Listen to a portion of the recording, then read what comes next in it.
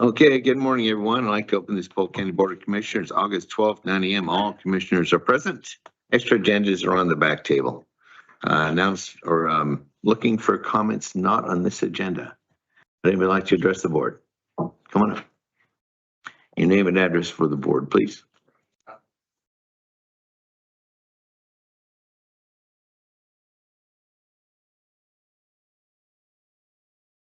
Morning, Chip North, 14908 Ferns Corner Road. They're out there chopping tree branches right now, which is awesome.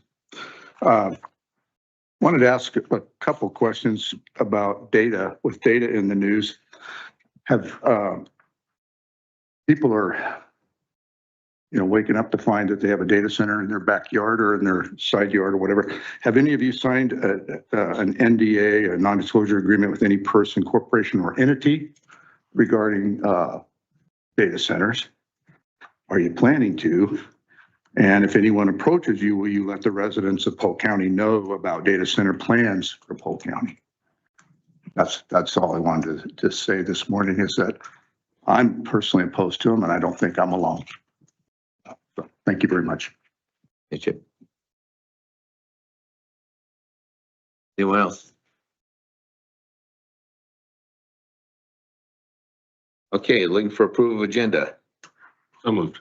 It's been moved and seconded. All those in favor, please say aye. Aye. Aye, motion passes. Approval of minutes from August 5th, 2026. So moved. Second. Been moved and seconded. All those in favor, please say aye. Aye. Aye, motion passes unanimous. Approval of consent calendar. So moved. Second. It's been moved and seconded. All those in favor, please say aye. Aye. Aye, motion passes. That brings us to length of service awards. Mr. Hawkins, you got an audience today. I do. Good morning, Mr. Chair, members of the board. We do have actually several people to recognize this morning, but as usual, I'd like to start with those who are present with us. So first, we would like to recognize Alba Garcia with the Behavioral Health Department for 10 years of service. So Alba, come on down. I'll say this seems like it should have happened a while ago because this is Alba's second stint with us. They got 10 years.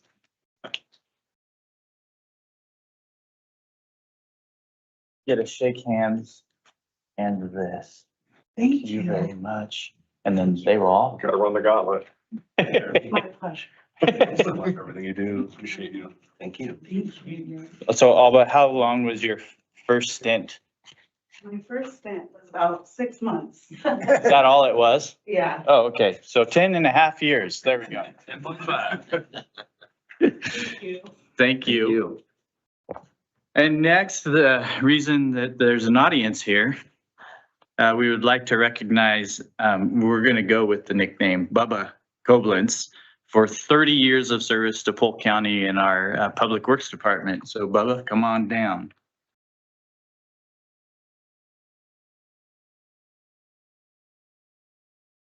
I'll let you shake hands. This is yours too, and you need to hold it from the bottom. Don't use those dainty. It's gonna fall. Those whiskey bottles are heavy. There is no alcohol in the bag. You know that. I wanted to get that on, I needed that on record. We know that there's not. God, we're old. It's It's hiding. So 30 years is a long time, but it is. And for anybody. For anybody, it's a long time. You don't see that anymore. But 30 years for you is a testament to the charity of Polk County. But we still wanted to show our appreciation. So. Oh, look at that. We figured you needed something to recognize your 30 years of service with the county. Is this a whipping stick? You'll get half. It's a. Yeah, only half of it. Half of it, I see. You'll get the other half when we're ready for you to retire.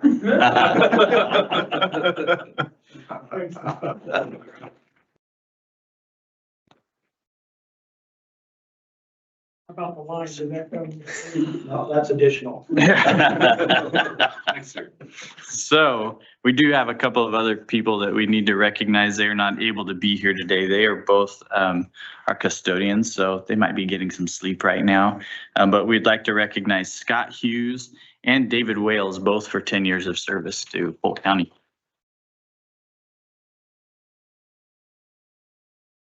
That is all I have.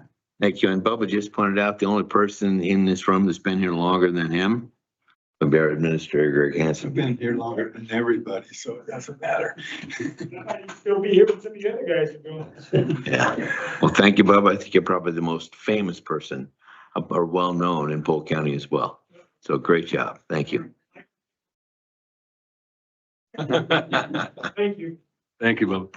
That brings the letter support request. Dallas Food Bank. Eddie.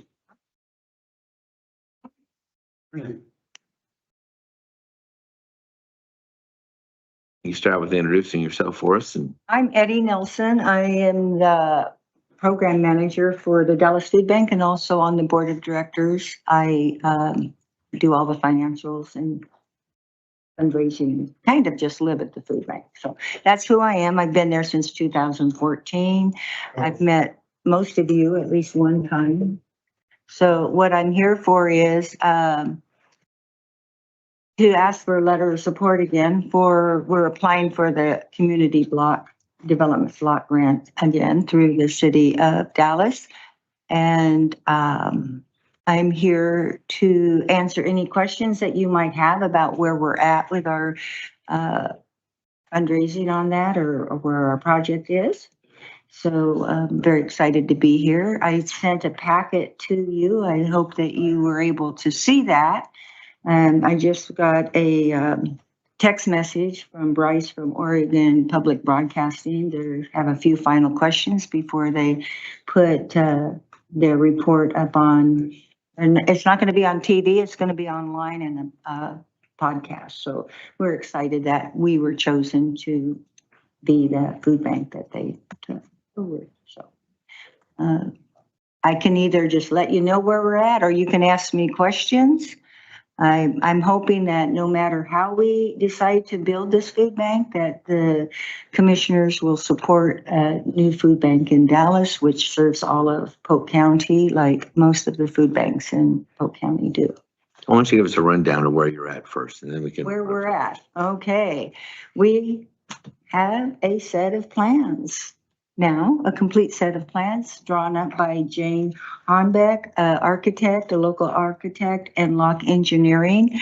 They've been working together with me to get this final set of plans together so that when we apply for the grant, we can say we have a signed set of plans.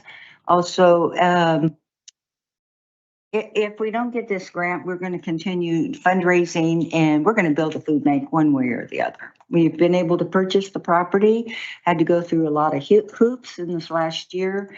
We were hoping to have it closed last year, but in 2025, the easements became an issue as we purchased the property from United Methodist Church, and they kept coming up with new sewer lines and electrical lines and, disclosures. So that meant new easement agreements. That meant going back to the attorneys. That meant the attorneys working with the attorneys, going back to the churches, so forth and so on. So it's been quite the process. That's what has delayed us purchasing the property.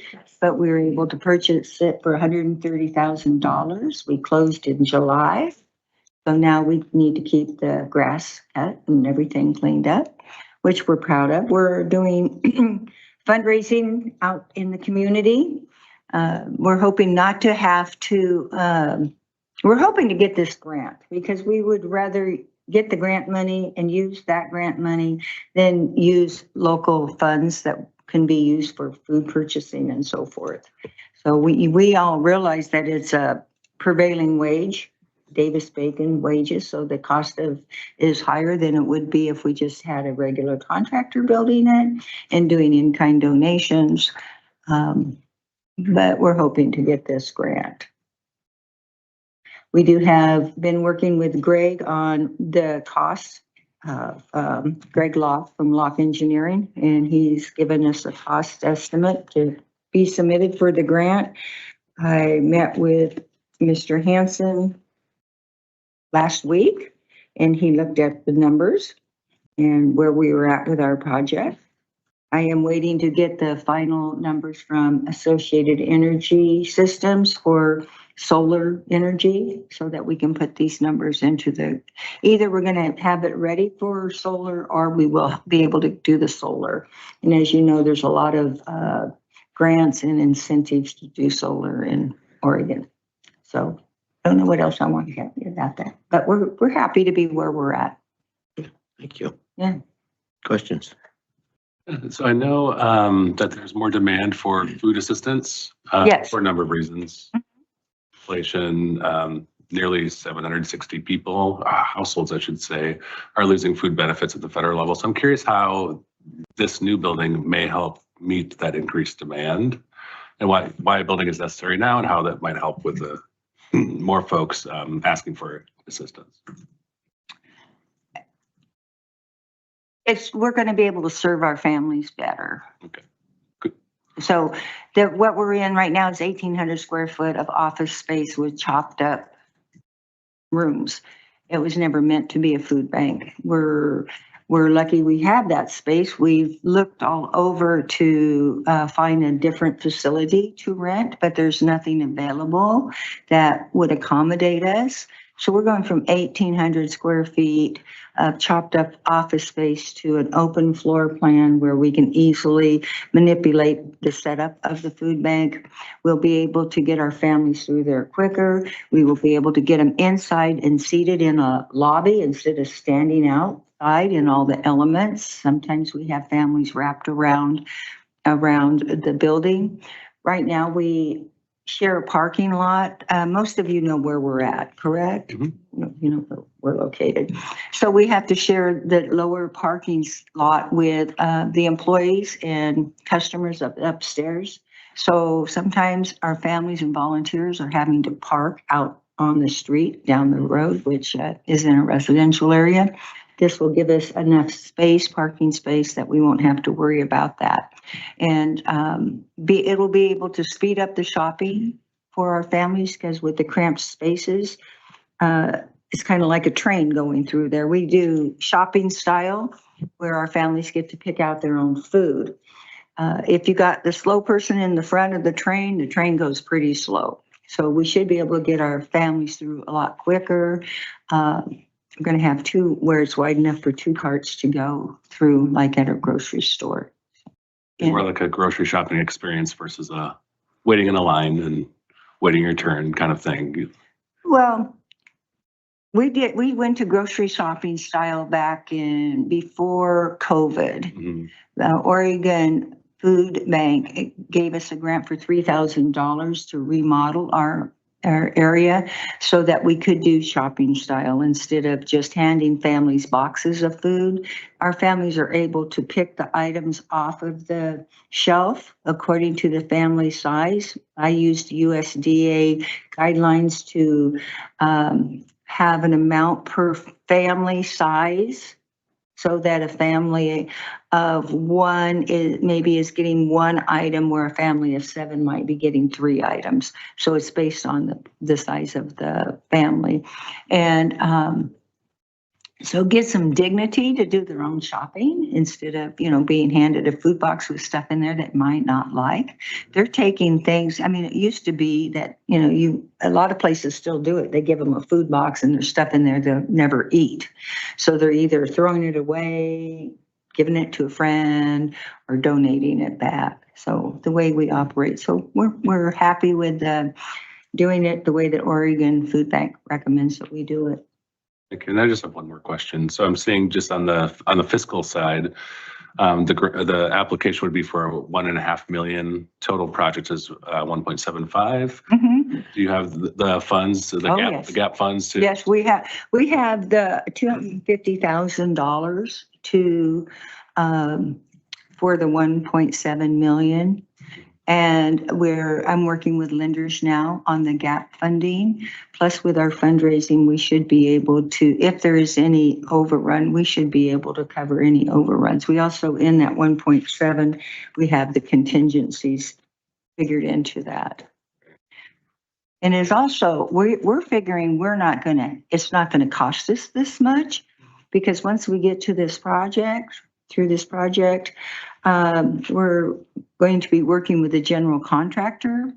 And if anybody knows me, I'm very good at going out and asking for things. So we're looking at a lot of in-kind donations of materials. We know we can't do the wages because it's Davis Bacon, and we're not asking people to give us to pay for their employees' wages anyway.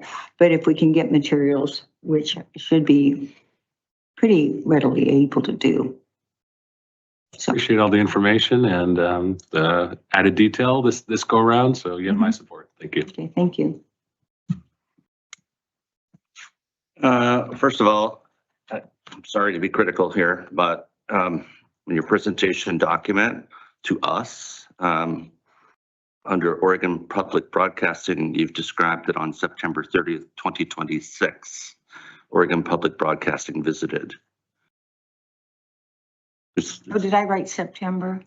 What did So you? September 30th, 2026. It's the wrong month. It's been July. Okay, I'm sorry. you might want to fix that. You know what? For some reason, I've been writing checks dated September. I must have something in there. It was in July. I'm sorry. Okay, well, That's okay. just helping you. All right. Additionally, on, let's see, where are we at here? On community need, says the average increased to 66 new families per month. And since 2019, the number of shopping visits per year has increased 78%.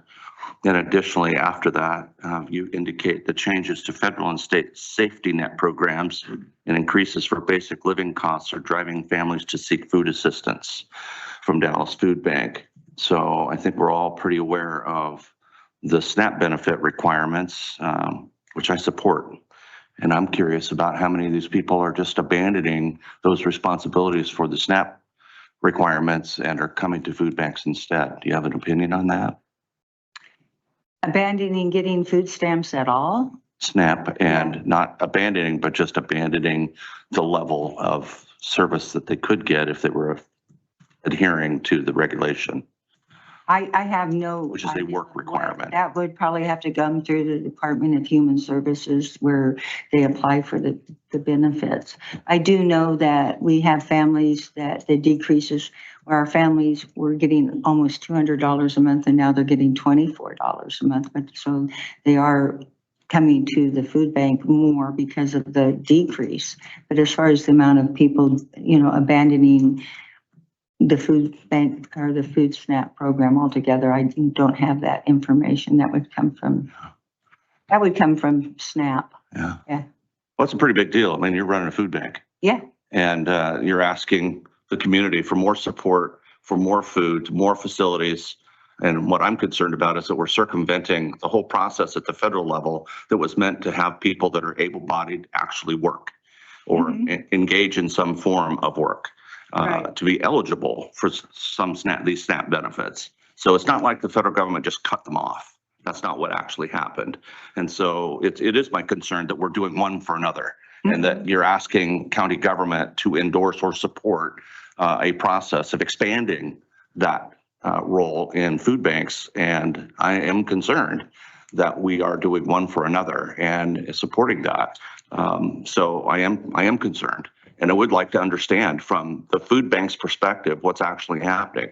Why is this problem growing? And I get, there's all kinds of rhetoric out there about why. But I don't want to be a party to aiding and abetting folks that are avoiding what was put in place to downsize the amount of money that we're spending in this country for food assistance. Well, the Dallas Food Bank has been here before. It's incorporated in 1983. It was formed by a group of churches here in Dallas that felt it was be more beneficial for the churches to have one food bank instead of each church having separate food banks. So that's when it was formed. We're not asking to create a new food bank. We're just asking to improve the food bank that we already have in existence because it is not feasible for us to stay where it is. The cost of our rent has gone up tremendously amount. The cost of food banking is going up. If we get a food bank that becomes our own own food bank, we can put that money, a portion of what we're paying into rent into for building maintenance, deferred building maintenance, and not have to pay that tremendous amount. We're paying $1,926 a month right now. Let me look at my data here. Back in 2019, to find it, but it looks like it's gone up like $7,000 a year, and it's going to go up next year, and we're still in an inadequate place. So we're not creating a new space. We're not creating a new food bank. We just want a nicer food bank that's more adequate, more energy efficient, and is appealing to the community and to the county. So my understanding is that you serve clients just one day a week at this point. Is that correct? No, we have always served clients 5 days a week. We're the only food bank in Polk County that is open 5 days a week. Okay. And do you plan to have more service other than 5 days a week with the new facility, or is it still 5 days a week? It depends on the demands and working with the school district as far as if we would be interfering with any kind of traffic flow. We have tried serving on Saturdays. Previously, it has not been highly successful. We were open on Saturday mornings. We had very few of our families show up. What we're doing now seems to be working. We could extend maybe into an evening hour, something like that, but that would be something that we would be working on in the future. And your hours of operation is and will be what? Okay, so on Monday, Tuesdays, and Thursday, we're open for our families from 1 to 3. And on Wednesdays and Fridays, 9 to 11. And that's what you intend to keep? At this time, yes. Okay. Well, thank you very much, and great questions. And I guess my only point I'd like to point out is a lot of families needing food are working. Yeah. Those hours don't work because they're on the job. Okay, So so. The evening or a Saturday morning. Yeah. And for it to be successful, it's got to be sustained for a while so people understand and learn that it's available. Right. But if you can do those in the future, I think you'd find it'd be a big success. So we do have a proxy where people that can't come to the food bank can have other people come and shop for them if they can't make it. So that is something that is through Oregon Food Bank. We're with the Oregon Food Bank system. We're also with Feed America, so our families can shop. I actually can shop for a couple of my friends that are on. But yes, I do agree that it would be nice for us to be able to be open at different hours. Okay. Yeah. I have another question. So do you have support or endorsement from other food banks in Polk County? The endorsements? Support or endorsement from other food banks in Polk County? Oh, yes. Well, we work with, Ella Kern and with Grand Ronde, which we work closely with, and Seventh-day Adventist. I get that you work with them. My question is, do you have formal support or endorsement for this project from those food banks? A written formal support. I haven't sought that formal support. They all know that we're going to build a food bank, but if I need to get formal support, I don't think I'll have any problem getting that. Yeah. Yeah. And beyond the Board of Commissioners, who are you asking for support from? With Dallas Community Foundation, Spirit Mountain Foundation, Oregon Community Foundation. The city of Dallas is. City of Dallas is the fiscal or the sponsor of this. Yes. But is the Dallas City Council actually writing a letter of support to go in this application? It is an application. It's their application. Yeah. It's a community block grant. As a financial manager, I get that. Yeah. It's their. So no, they're not providing any kind of a letter of support. And you think that's because they are the fiscal manager? Well, they're the ones that are writing the grant. Well, I know how. I mean, I guess, yes, the board has approved to apply for the grant for the Dallas Food Bank. So I think that is showing support for the Dallas Food Bank. I don't know if it would be appropriate for them to apply, do a letter of support for a grant that they're applying for. I mean, So what I'm looking for here is, again, who else will be in the packet besides the Board of Commissioners? If we said yes, we would give you a formal letter of support. Who else is going to be in that packet with formal letters of support? we'll have churches, we'll have other foundations doing supports. We'll probably get the school district support. Those are things we're working on right at the moment. Okay, so as of this point, you don't have those.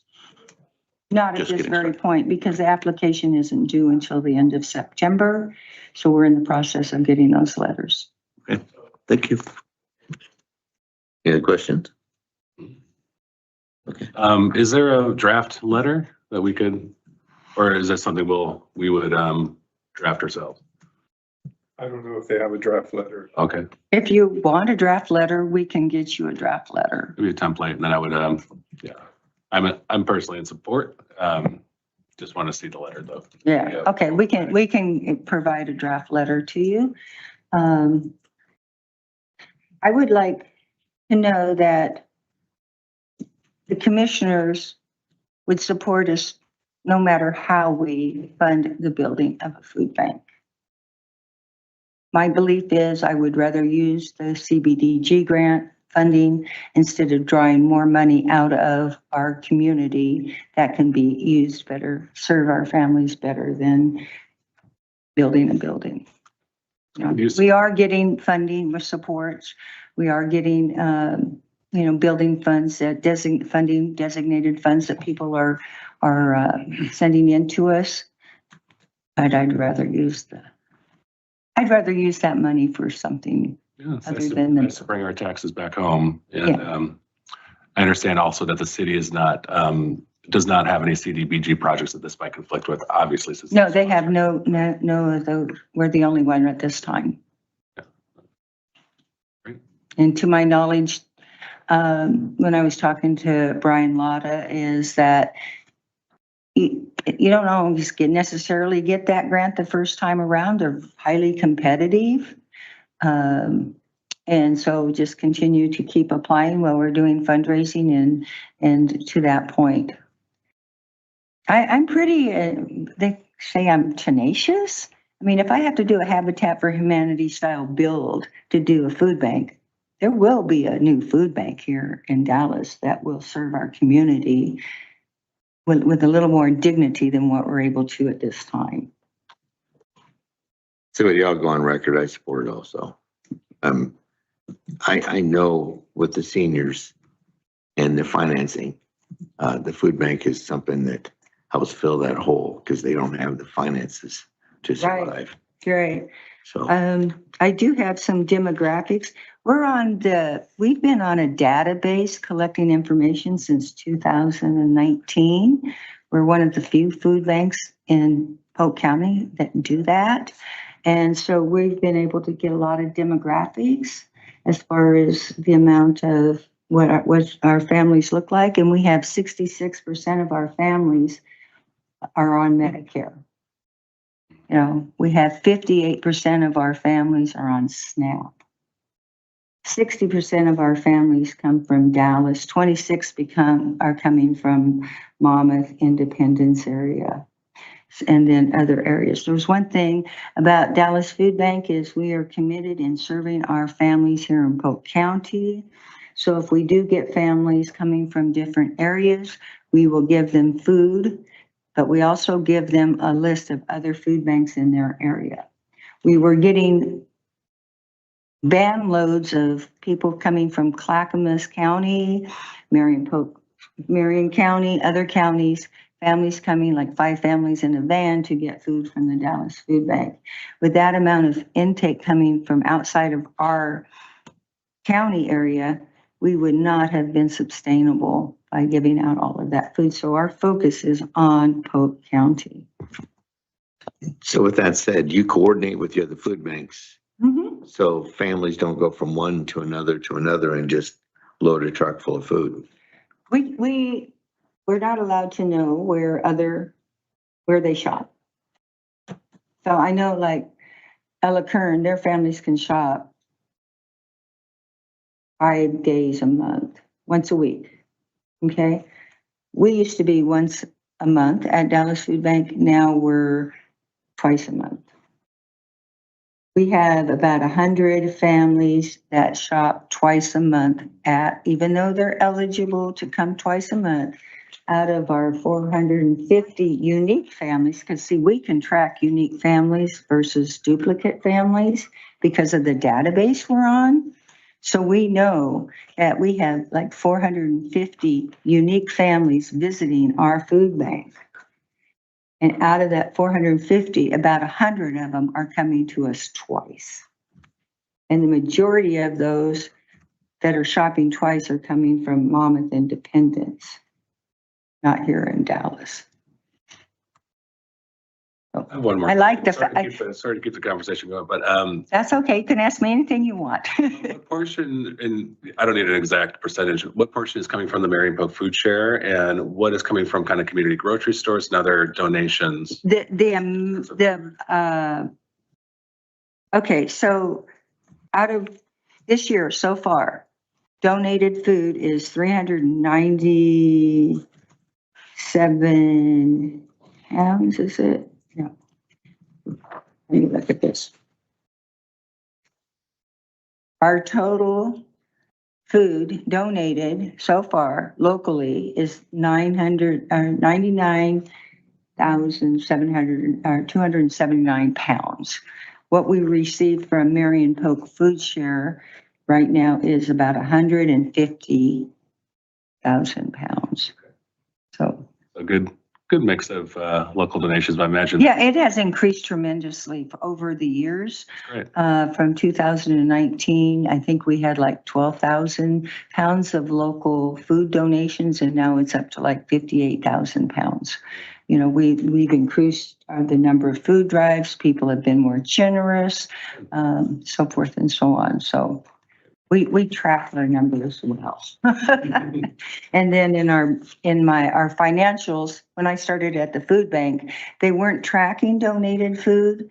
And so we give a value to our food that's donated. We're using $1.65 a pound. And so we multiply that, and that's our in-kind donated food, which is the majority of the food that we receive is donated. We have increased our spending. We're up to budgeted around $50,000 a year in purchasing because of the decreased of amount of food coming out of USDA and the demand of people coming to the food bank. Of course, that's not, I'm not putting a factor in there. That's just dollars. I don't know what the dollars were worth back in 2019, what they are today. So I don't get that complicated in my life. The cost of food banking has increased a lot. Thank you. Yeah. Thank you. Any other questions? No. Thank you. Next up is Polk County Ordinance 2602. Greg Hansen. Mr. Chair, members of the board, recommending the approval and signing of ordinance 26-02 in the matter of rescinding resolution 1603 and ordinance 2401 that establish the duties and responsibilities regarding revenue, accounting, investing, and other financial administrative matters within the county. The ordinance is pretty self-explanatory. The reason we're rescinding 1603 and 2401, one is a resolution, one is a ordinance, is that they are no longer needed for financial matters within the county and the processes that we now have in place. And as a result, we're just cleaning up things that are no longer needed within the county. So if you have further questions, happy to answer them, but we've discussed this before. Discussion. I'll move to adopt ordinance 26-02. Second. Then moving second, and all those in favor, please say aye. Aye. Aye. Motion passes. Ordinance 2602. This does have an emergency clause in it, so upon passage, it will take effect after your signatures. Okay. Do we have any need for executive session today? Yes, sir. The board will now meet in executive session pursuant to ORS 192-660 sub 2H to consult with counsel concerning the legal rights and duties of a public body with regard to current litigation or litigation likely to be filed.